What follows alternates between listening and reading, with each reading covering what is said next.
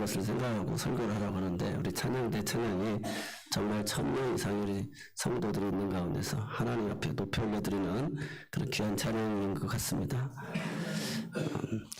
오늘 사도행전 2장 1절로 13절의 말씀은 정말 우리 교회사에 있어서 너무 중요한 새로운 시대의 패러다임이 열린 것이죠. 그것은 잘 아는 대로 교회가 탄생이 되어지는 겁니다. 성령이 강림하시고 교회가 탄생이 된, 그래서 전 세계 모든 교회들이 태어난 창립일이나 마찬가지입니다. 그래서 오늘 본문을 생각하면서 하나님 묵상을 하면서 하나님 성령이 오시고 교회가 시작이 되었는데, 그럼 성령님이 보혜사 성령님이 하시는 일은 교회를 통해서 무슨 일을 하기를 원하십니까? 라고 이렇게 질문을 해봤어요. 그러면서 이 말씀을 묵상할 때 저에게 주시는 우리 교회 공동체에 주시는 메시지는 이렇게 소통하게 하시는 성령님이시다. 그래서 우리가 묵상할 하나님은 성부 하나님은 소통하게 하시는 성령님이시다. 그래서 특별히 이 15개의 나라의 사람들이 오순절에 6월절을 그 오순절에 절기를 지키기 위해서 예루살렘에 왔는데, 이들이 각 사람들이 남곳 방언으로 다 듣게 되집니다. 다른 나라의 그 사람들의 언어로 다 듣게 되어지니까 너무 놀라운 일이 생기는 것이죠. 그래서 언어가 천국 방언이 열리게 된 것입니다. 천국 방언으로 다 알아듣게, 그 사람들은 다 각자 나라의 소리로 듣게 됐는데, 제가 살펴보니까 바데인, 메데인, 엘라민, 또 메소포타미아인들, 이들은 다 이스라엘 동쪽에서 온 디아스포라 유대인들인데, 이들은 유대인이지만 쓰는 말은 페르시아 말과 바벨론 말을 쓰는 사람들입니다. 그리고 본토인 유대 사람들은 우리가 잘 아는 대로 아람어를 쓰는 사람들이고, 또 갑바도기아, 본도, 아시아, 부르기아, 밤빌리아 북쪽에 있는 사람들, 지금의 터키 지방에 살고 있는 사람들인데, 이들은 헬란말을 씁니다. 그 애국과 구레네, 누비아 등 남쪽에서 온 사람들은 이집트 말을 쓰는 사람들이에요. 그리고 주류 사이였던 로마 사람들은 라틴어를 썼고요. 또 아라비아에서 온 사람들은 아랍말을 쓰고, 지중해 섬의 그레데 사람들까지도 와서 그들의 언어로 이렇게 다 듣게 되어졌다는 것입니다. 그래서 성령 강림절의 공식적인 언어는 바로 하나님의 언어가 선포되어지니까 각 나라 사람들이 자기 나라 언어로 다 받아들이게 되어졌다는 것입니다. 그래서 우리가 천국 방언은 어떤 거냐, 우리가 그렇게 배웠습니다. 천국 방언은 고맙습니다, 감사합니다, 미안합니다. 이게 어떻게 보면 다 우리가 사람을 살리는 말이잖아요. 그 용기를 주는 말이고 부드러운 말이고 또 사람에게 그런 친화적인 용어들이죠. 그래서 너희의 말이 다른 사람들에게 은혜가 되게끔 말에 소금을 뿌려서 지혜롭게 말을 하라고 이야기합니다. 그래서 천국방언, 이 말이 굉장히 중요한 것이죠. 그래서 다 알아들었다는 거예요. 소통이 되어졌다는 것입니다. 그럼 그 전에는 소통이 안 됐느냐? 소통이 안 됐다는 거예요. 그것은 우리가 잘 아는 대로 언어가 이렇게 70여 개 언어로 이렇게 나눠진 시점이 바벨탑 사건 이후로 언어가 나눠지게 되어진 거거든요. 그래서 사람이 결혼할 때도 말이 통해야 결혼을 하잖아요. 그래서 그 사람하고 있으면 말이 통해. 그래서 학교 선생님들은 선생님들하고 이렇게 말이 잘 통하잖아요. 또 그 분야에 그 같은 신앙생활을 한다든지 이런 사람들은 그런 문화적 환경적 요소들이 서로 대화가 되어지는 거예요. 대화가 될 때 말이 통하니까 결혼을 하게 되어지는 거예요. 그래서 아무리 좋은 조건으로 맞춰줘도 이 대화가 안 되니까 결혼을 못하는 경우들을 많이 보게 되어집니다. 그래서 성령이 하시는 일은 이렇게 소통케 하시는 일이다. 이걸 다른 말로 또 공감하게 한다 그러잖아요. 공감하고 그 서로가 통하게 되어져 있다는 것입니다. 그래서 바벨탑 사건 이후로 사람들의 언어가 70여 개 이상으로 나눠지면서 사람들이 이제는 다 각자 도생으로 살아가게 되어집니다. 그래서 뿔뿔이 흩어져서 말이 안 통하니까 서로가 마음이 안 맞는 거예요. 그래서 생각이 다 다르고 그러다 보니까 함께 살지 못하고 똘똘이 흩어지게 되어집니다. 우리가 바벨탑 사건은 노아 홍수 이후에 우리가 하나님의 심판을 면해보자라고 해서 사람들이 대화가 되니까 한마음 한뜻이 되어져서 그들이 계단식으로 이렇게 둥그렇게 올라가면서 하늘에까지 토성을 쌓는 그런 바벨탑 모습을 우리가 생각할 수가 있습니다. 그러한 모습으로 사람들이 한마음 한뜻이 돼서 자 우리가 흩어짐을 면하자 그랬거든요. 하나님의 창 세계를 통해서 생육하고 번성하고 땅이 충만하라고 그랬는데 사람들이 그렇게 밥을 머물면서 심판을 피하려고 하시니까 하나님이 자 내려가자 그러시면서 하나님이 그들의 언어를 흩으시고 그들의 마음이 통하지 않으니까 언어가 다르게 되어지니까 결국 똘똘이 흩어지게 된 것을 보게 되어집니다. 그래서 우순절 마가의 다락방에 성령이 있는 것은 바로 하나님이 그 언어를 이렇게 천국방으로 소통케 하셨다. 그래서 성령이 다 각 나라와 문화와 환경으로 다 알아듣게끔 해주셨다. 그래서 교회는 어떤 곳이냐? 바로 성령님이 세우신 이 교회의 새로운 시대는 하나님의 깊은 것도 깨달아 알게 하고 주님이 우리를 위해서 구속의 사역을 행하신 것도 믿어지게끔 만들고 성령으로 기록된 이 말씀을 우리들에게 가르쳐 주시고 생각나게 하고 또 우리의 삶을 인도해 주신다는 거예요. 그래서 우리가 구속의 날까지 성령이 우리를 인쳐 주셔서 인도해 주신다. 그래서 성령님이 다 가르쳐 주시고 생각나게 해주시고 인도해 주시고 하나님의 깊은 뜻을 위해서 우리가 방언으로 내 안에 계신 성령이 하나님의 뜻대로 기도도 하고 또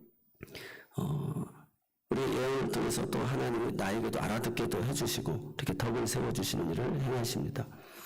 그래서 주님이 2000년 전에 오신 그분이 나하고 무슨 상관인지를 오늘 성령이 우리를 알고 그게 믿어지게끔 만든다는 것이죠.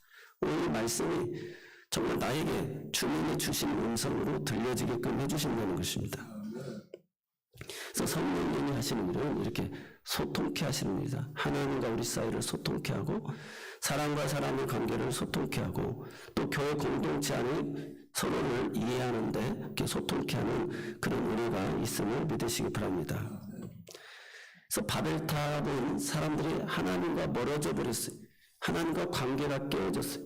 그래서 사람들이 한 일이 에덴 동산에서 쫓겨나게 되어지고 그래서 인본주의가 되어집니다. 그래서 그 바벨탑의 내면으로 들어가면 인본주의. 그 사람의 주인이 누구냐? 사람이 주인이, 내가 주인인 거예요. 그러다 보니까 심판을 피하자. 그리고 거기에 뜻을 모아가지고 이렇게 바벨탑을 쌓는다는 것입니다. 오늘날 지구촌에 있는 많은 전쟁들의 모습을 보세요. 지나온 역사를 통해서 공산주의가 경제적인 평등과 인민을 잘 사는 세상으로 만들겠다고 했지만 결국 70년도 못 가서 문을 닫았습니다. 북한의 김씨 일가가 3대가 걸쳐서 세습을 하고 지금 핵을 만들어가지고 동북아에 지금 핵전쟁 위험을 가져오고 있는데 그 인민들 나만 드라마 봤다고 노동형 13년인가요? 그 형을 때리고 또 실제로 또 사형까지도 시키는 일들을 우리가 보게 되어집니다. 그 밤하늘의 별빛을 통해서 보면 어두운 땅이고 나무는 밝은 땅인 것을 보게 되어지죠.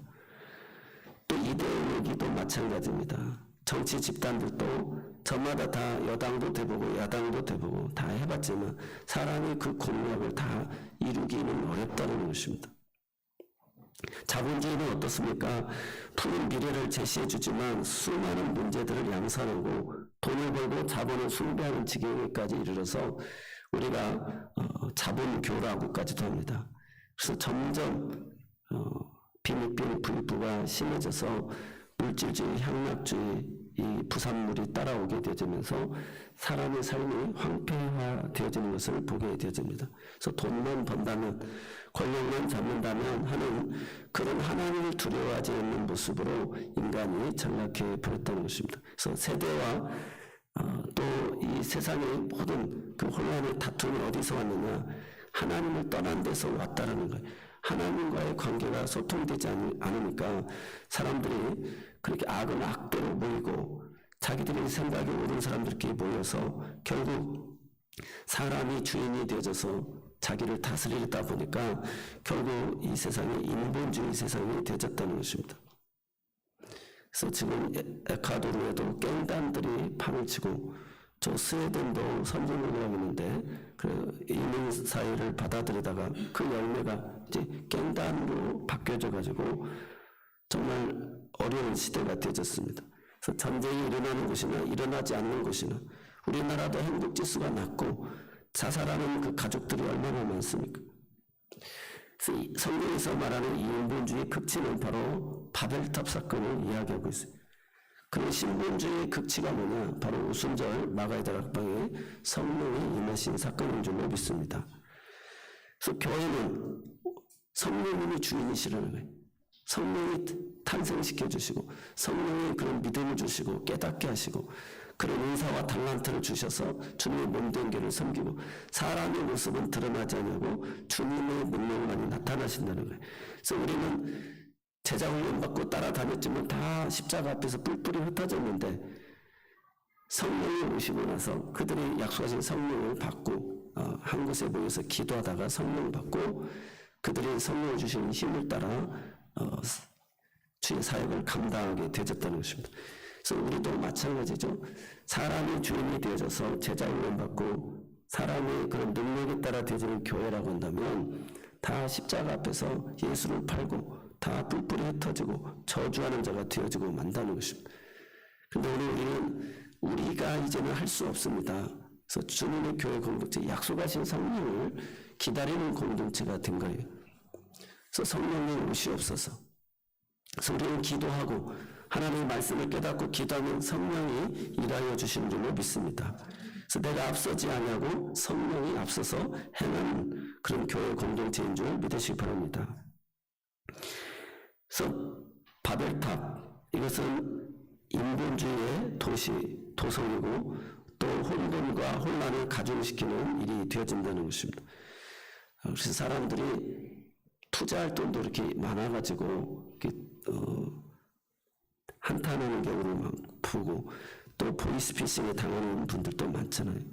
아무리 똑똑하고 나는 안 그럴 거라고 생각하시는 분들도 어떻게 이렇게 미혹이 되는지 모릅니다.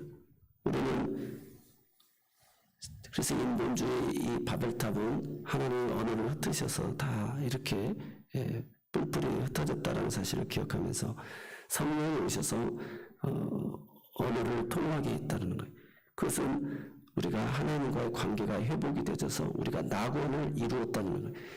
하나님과의 관계가 깨어져서 낙원에서 쫓겨났잖아요. 근데 우리가 하나님과의 관계가 회복이 되면 낙원이 이루어진다는 거예요. 그래서 하나님은 오늘 우리에게 무엇을 원하시느냐? 하나님의 형상을 회복하는 거예요. 그래서 우리 인생에 힘의 애락이 다 있어요. 우리로 하여금 완벽한 인간이 되라고 하지 않습니다. 천사와 같은 사람이 되라고 하질 않아요. 하나님이 우리를 향한 그 계획과 뜻이 있어서 주님 우리와 동행해 주시고 함께 해 주신다는 거예요. 그래서 오늘 우리의 삶 속에서 인간다운 삶으로 복귀하는 것입니다. 그래서 일용할 양식에 감사하고 오늘 일상을 감사하고 사랑하는 가족을 허락하여 주심을 감사하고 오늘 또 건강을 주시고 힘을 주셔서 내가 주를 위해서 일할 수 있어서 감사하고 그래서 하나님이 만든 세상이 낙원이 되어지고 하나님이 다스리는 그런 하나님의 나라가 되어지는 줄로 믿습니다. 그래서 창세기 11장 1절을 보면 온 땅의 언어가 하나요 말이 하나였더라라고 이야기합니다. 그러나 그들이 한마음 한뜻에서 하나님을 떠난 인생들은 결국은 인본주의 바벨탑을 쌓았다는 것입니다. 그래서 하나님이 그들의 언어를 흩으셨다는 거예요. 결국 이 언어가 흩음으로 인해서 수많은 인생을 되돌아오면서 오늘 우리에게 주는 교훈이 뭐예요? 사람은 안 된다. 그래서 더 1차 세계대전, 2차 세계대전, 또 우리 안에 그런 고위직 있는 사람들만 못된 사람이 아니라 평민들도 저렇게 못된 사람도 많고 남자들만 다 나쁜 줄 알았더니 여자들도 요즘은 나쁜 짓도 너무 많이 하고 사람들이 추구하는 그 세계 그런 유토피아는 이 땅에 없다라는 것을 이 역사를 통해서 보여주는 거예요. 그래서 우리가 다시금 모여서 보혜사 성령을 기다리는 것입니다. 그래서 교회 공동체는 세상에서 줄 수 없는 그런 하나님의 나라예요. 그래서 교회가 세상의 치유의 보루인 줄 믿으시기 바랍니다. 우리가 다 학문도 다르고 지역도 다르고 연령도 다 다르고 세대도 다른데 성령 하나님께서 그렇게 천국방을 하게끔 만드셔서 하나님을 한 아버지로 우리가 부르게 되고 한 세례를 받고 성령 안에서 우리가 주의 몸된 교회 공동체 지체를 다 이룬 줄 믿으시기 바랍니다. 성서 고고학자들에 따르면 바벨탑은 바벨론 포로로 잡혀간 유대 백성들이 강제 노동에 동원되어서 지굴라시라고 하는 이방 신전을 묘사한 것이라고 합니다. 그래서 모든 신들의 왕이다. 그래서 빙글빙글 하늘에까지 닿게 했는데 그 이름이 마르둑 신전이라고 해가지고 마르둑은 태양의 종아리, 태양의 아들 뭐 이런 뜻을 가지고 있습니다. 그래서 신들의 왕이다. 그래서 자기들이 인본주의로 만들어서 신들의 왕을 만들어서 인간이 결국 신이 되려고 하는 거예요. 왜 에덴 동산에서 쫓겨났어요? 내가 하나님같이 되려보니까 쫓겨난 거예요. 오늘 인간들이 쌓는 성은 결국 말아도 우리가 신들의 왕이다. 내가 신이 되는 거예요. 신 중에 최고의 신이 된다라는 뜻에서 신의 심판도 우리는 극복했다라고 생각하는 거예요. 그래서 실제로 그렇게 쌓을 수 있을 것 같으니까 성부, 성자, 성령, 삼위일체 하나님이 내려오셔서 그들의 언어를 흩으셨다는 것입니다. 그래서 우리가 저렇게 북한이 중국과 러시아 저렇게 다 힘을 합쳐가지고 겁없이 막 우리 핵 던지고 하면 어떻게 하나 걱정하는데요. 절대 하나님은 그 악은 하나가 되지 못하게끔 만드십니다. 하나님 그 왕들의 마음의 볼을 하나님이 움직이시는 줄로 믿습니다. 그래서 월남하고 중국도 소련을 더 월남 사람들이 친하게 지내려고 하니까 그래서 전쟁이 일어나게 된 것입니다. 그래서 항상 범죄자들이 자기들끼리 밀고하게 되어지는 것을 보게 되어지잖아요. 그래서 하나님께서 오늘 우리를 이렇게 지키시고 보호해주시고 통치하시고 다스려 주신다는 사실을 기억하시면서 생명공학이나 많은 인간이 가지는 이 AI 또 그 머스크가 이야기한 것처럼 그냥 인간을 아예 뇌를 생각하는 것을 똑같이 AI로 만들려고까지 지금 목표로 생각하고 있는데 그러니까 하나님이 바벨탑을 쌓으려고 하늘에까지 닿으려고 하니까 지금 고고학자들에 의하면 한 25층 높이가 된다고 그래요.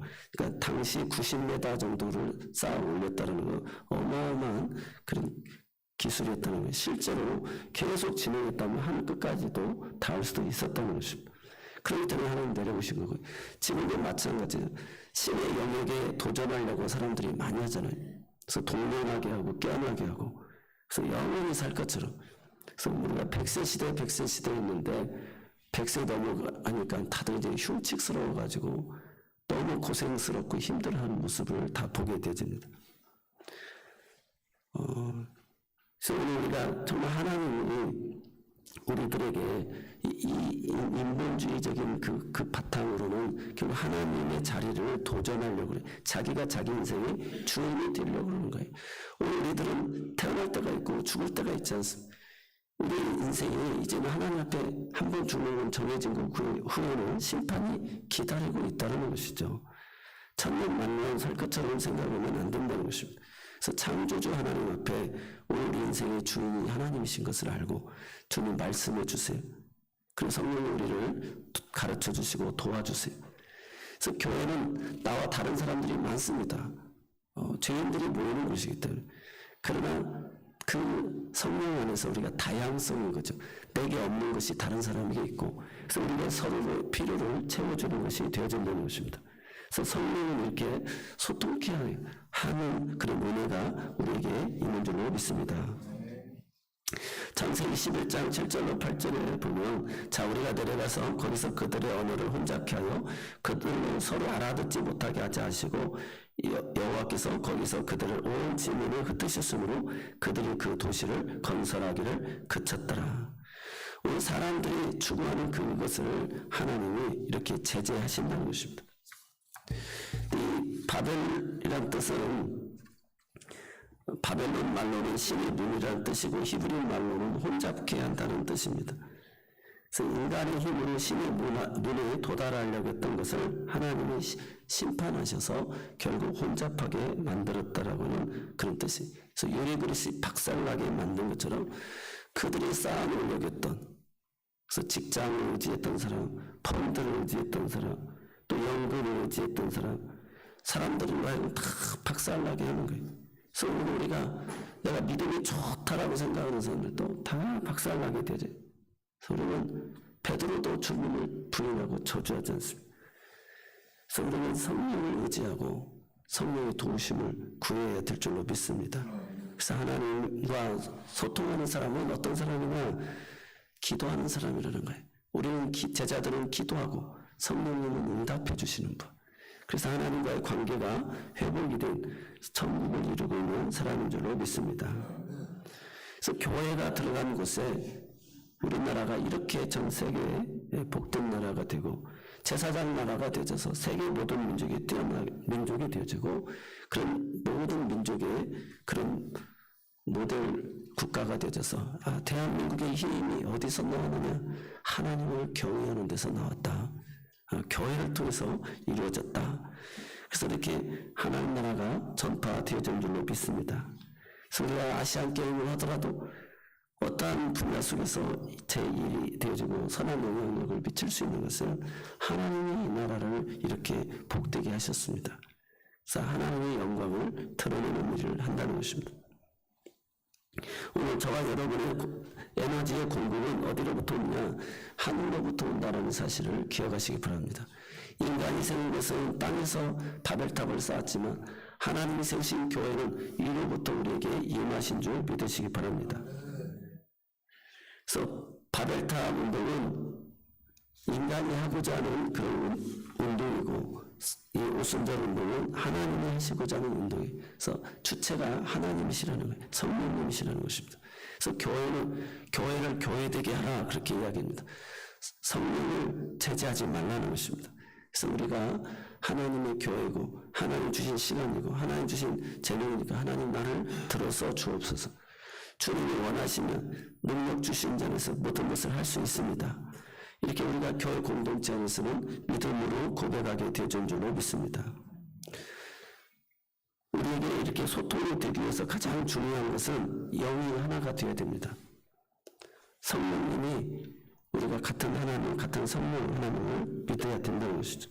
성령으로 하나가 되는 교회 공동체가 되어야 될 줄로 믿습니다. 그것은 다른 것을 떠나서 기도하는 공동체가 되어야 된다는 것이죠. 그래서 인류가 하나 되는 가장 큰 상징적인 의미를 오늘 오순절 성령 강림을 통해서 우리에게 보여줬습니다. 그래서 한국교회는 지금 바벨탑을 쌓고 있는 것인지 성령 강림 오순절 사건을 지금 닮아가고 있는지 또 내 개인적으로는 내가 지금 내 인생이 바벨탑을 쌓고 있는지 또 성령 강림 사건을 내가 준비하고 있는지 오늘 우리가 되돌아보는 시간이 되어지기를 바랍니다. 말씀은 세 가지로 우리가 적용을 할 수 있을 것 같습니다. 성령이 우리 교회에 의해서 일하시도록 우리는 기도하고 한마음 한뜻으로 기도하는 공동체가 되어야 될 줄로 믿습니다.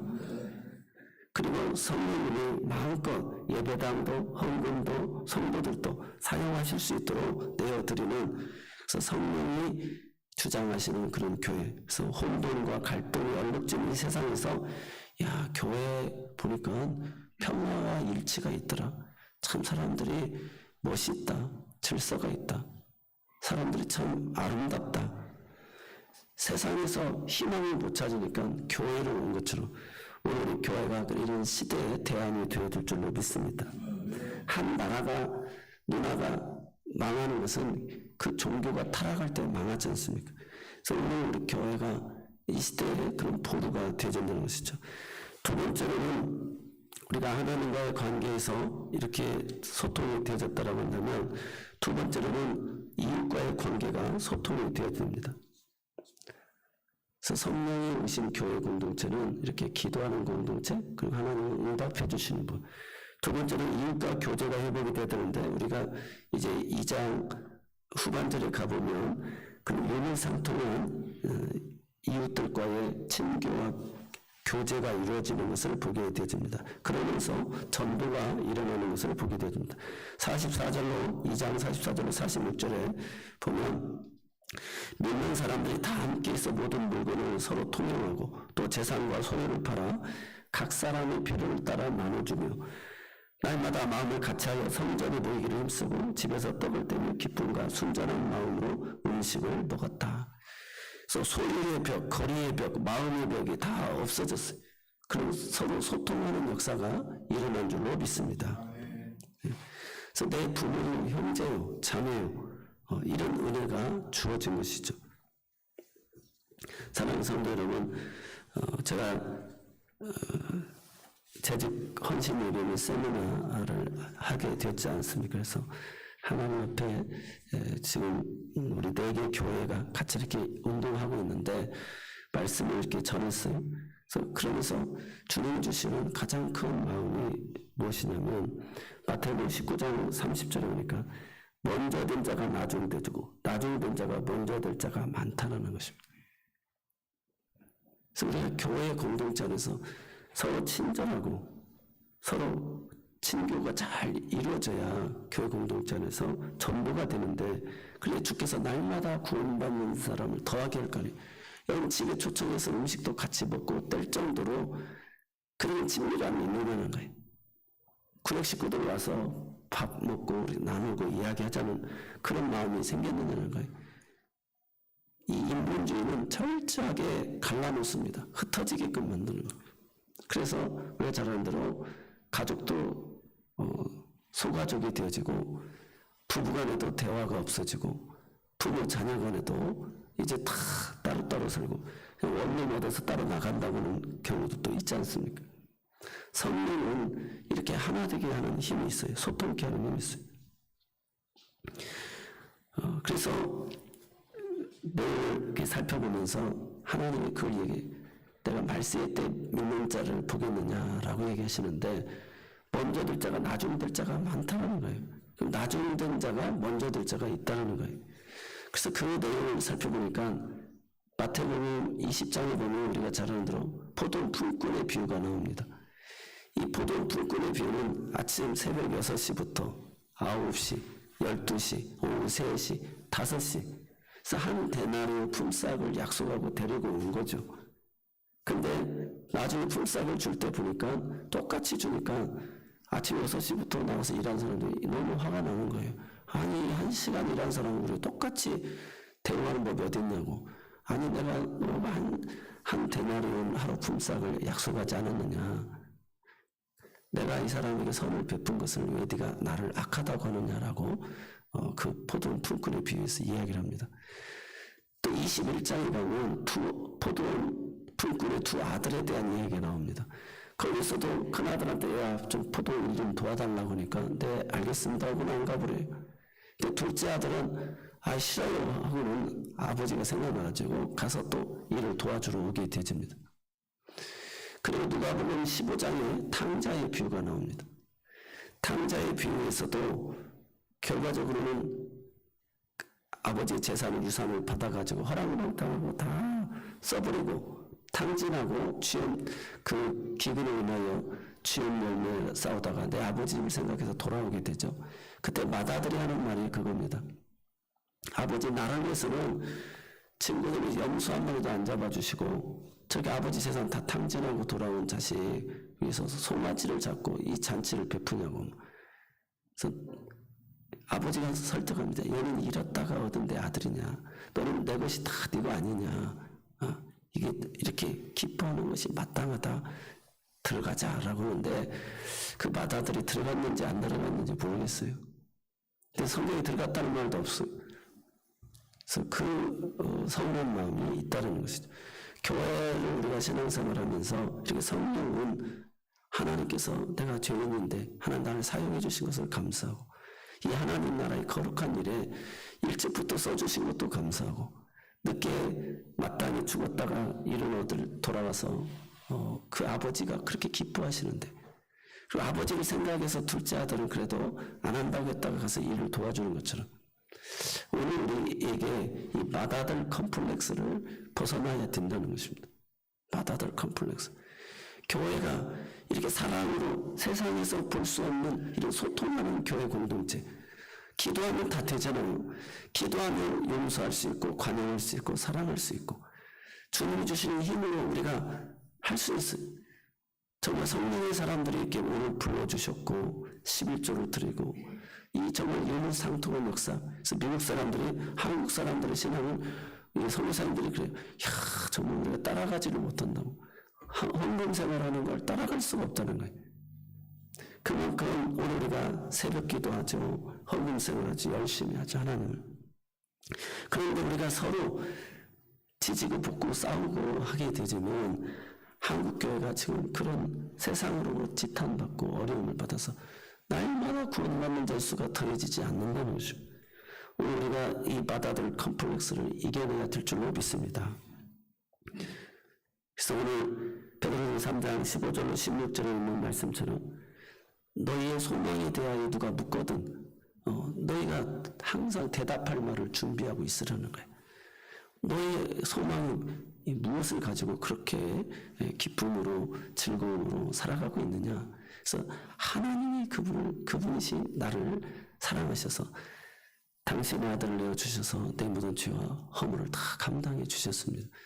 주가 나를 필요로 하시고 나를 통해서 영광 받으시길 원하시니 얼마나 감사해. 이게 다 주님 주신 힘으로 일하는 거잖아요. 성령의 힘으로 일하시는 거죠. 그래서 우리가 이렇게 교회 공동체 안에서 가진 자든 못 가진 자든 좀 열심히 하는 자든 열심히 하지 않는 자이든 다 그렇게 두루 성령 안에서 이렇게 한마음 뜻을 가져야 될 줄로 믿습니다. 그래서 하나님과의 관계가 이렇게 기도를 통해서 소통하시고 사람과의 관계에서 이렇게 친절과 전도를 통해서 소통하셔서 주께서 날마다 구원받는 자의 수를 더하게 해주시는 그런 은혜가 있어지기를 바랍니다. 요한계시록 22장 12절에 내가 속히 와서 너희에게 줄 상이 있다는 거예요. 마태복음 16장 27절에도 그래서 내가 너희들에게 줄 상이 있다. 그래서 오늘 우리가 주님 앞에서 행하는 거 아니겠습니까? 그래서 그 믿는 자를 보겠느냐는 거예요. 오늘 우리 모두가 누가 보든 안 보든 내가 먼저 했든 안 했든 그 열심히 늘 교우들 간에 친절하시고 가족 간에서도 친절하시고 나와 다르기 때문에 그 사람이 매력적인 거 아니었겠습니까? 그래서 서로가 하나님 나에게 허락한 가정인 걸 알고 불쌍히 긍휼히 여기고 또 우리가 그렇게 사랑의 은혜들을 행할 때 하나님의 사람이 가는 곳마다 평화가 만들어지는 거예요. 하나님의 교회가 있는 곳에 어두운 영들이 떠나가는 것입니다. 그 나라에 희망이 있고 소망이 있는 줄로 믿습니다. 여러분이 직장에 들어가서 모든 관계들이 화평하게 되어지기를 주의 이름으로 축원합니다. 그래서 부모 자녀 간에도 그런 다 화평이 이루어지고 교회 공동체에도 화평이 이루어져서 모이기를 힘쓰는 성령의 공동체 정말 소통이 잘 이루어지는 하나님과 소통 사람과의 소통이 잘 이루어지는 우리 새로운 교회 모두가 되어지시기를 주의 이름으로 축원합니다. 기도하겠습니다. 사랑의 하나님 오늘 은사로서의 방언과 오늘 사도행전에 내린 이 방언은 다른 방언을 우리에게 가르쳐 주심을 감사합니다. 각 나라의 언어로 하나님의 언어가 다 통하게 되어짐을 믿습니다. 오늘 우리 교회 공동체가 한 말씀을 듣고 다 각자가 성령께서 교회들에게 하는 말씀을 듣게 하여 주옵소서. 그리고 우리가 아멘으로 화답하여 늘 기도의 사람들이 되게 하여 주옵시고 또 아버지는 이웃과 좋은 친절한 관계, 친한 관계들을 다 이루게 하여 주어서 날마다 전도의 열매가 우리의 삶을 통해서 일어나게 하여 주옵소서. 예수님 이름으로 모든 걸 감사하며 기도드리옵나이다. 아멘. 우리 다 같이 찬송 528장 찬송하시면서 준비한 음을 봉헌하겠습니다.